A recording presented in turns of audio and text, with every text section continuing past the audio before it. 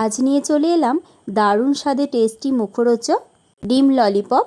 তো চলুন দেখা যাক। এখানে গ্যাসে একটা কড়াই বসিয়ে তাতে কিছুটা জল দিয়ে এখানে আমি 4টে ডিমকে সেদ্ধ বসিয়ে দিলাম। এবার ডিমগুলোকে সেদ্ধ করে নিয়ে জল থেকে তুলে নিচ্ছি। ডিমগুলোকে ঠান্ডা করে নিয়ে এবার একটা চামচের সাহায্যে এরকমভাবে খুব তাড়াতাড়ি করে খোসাটা ছাড়িয়ে নিলাম। এবার এখানে একটা গ্রেটারের সাহায্যে 4টে ডিমকেই গ্রেট করে নিচ্ছি।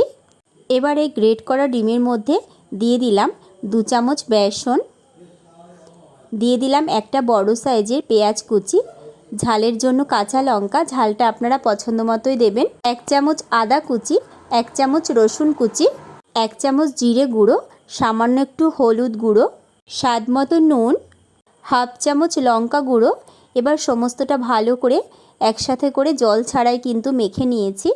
এবার ঠিক এতটুকু পরিমাণ করে নিয়ে এরকমভাবে আইসক্রিমের যে কাঠিগুলো হয় সেই কাঠিটা এরকমভাবে আমি ভরে নিয়ে এই দেখুন সমস্ত ললিপপগুলোই রেডি করে নিলাম।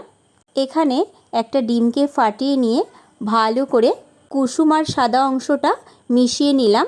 এবার এখানে যে ললিপপটাকে এরকমভাবে ডিমের গোলায় ডুবিয়ে নিচ্ছি। এরকমভাবে ভালো করে ডুবিয়ে নিতে হবে। ডিমের গোলায় ডুবিয়ে নেওয়ার পর এখানে আমি কর্নফ্লাওয়ার নিয়েছি একটা প্লেটের মধ্যে।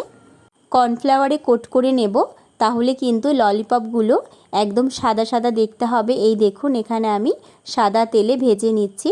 একদম ডিমের মতোই কিন্তু সাদা সাদা দেখতে লাগছে। কড়া করে ভেজে নিলে কিন্তু কালারটা একটু চেঞ্জ হবে। এই যে আমি একটু কড়া করেই ভেজে নিয়েছি, তাই কালারটা কিন্তু একটু চেঞ্জ হয়েছে। এই দেখুন এখানে আমি সসের সাথে পরিবেশন করে দিয়েছি, কত সুন্দর লাগছে। এবার টেস্ট করার পালা। দারুণ হয়েছে।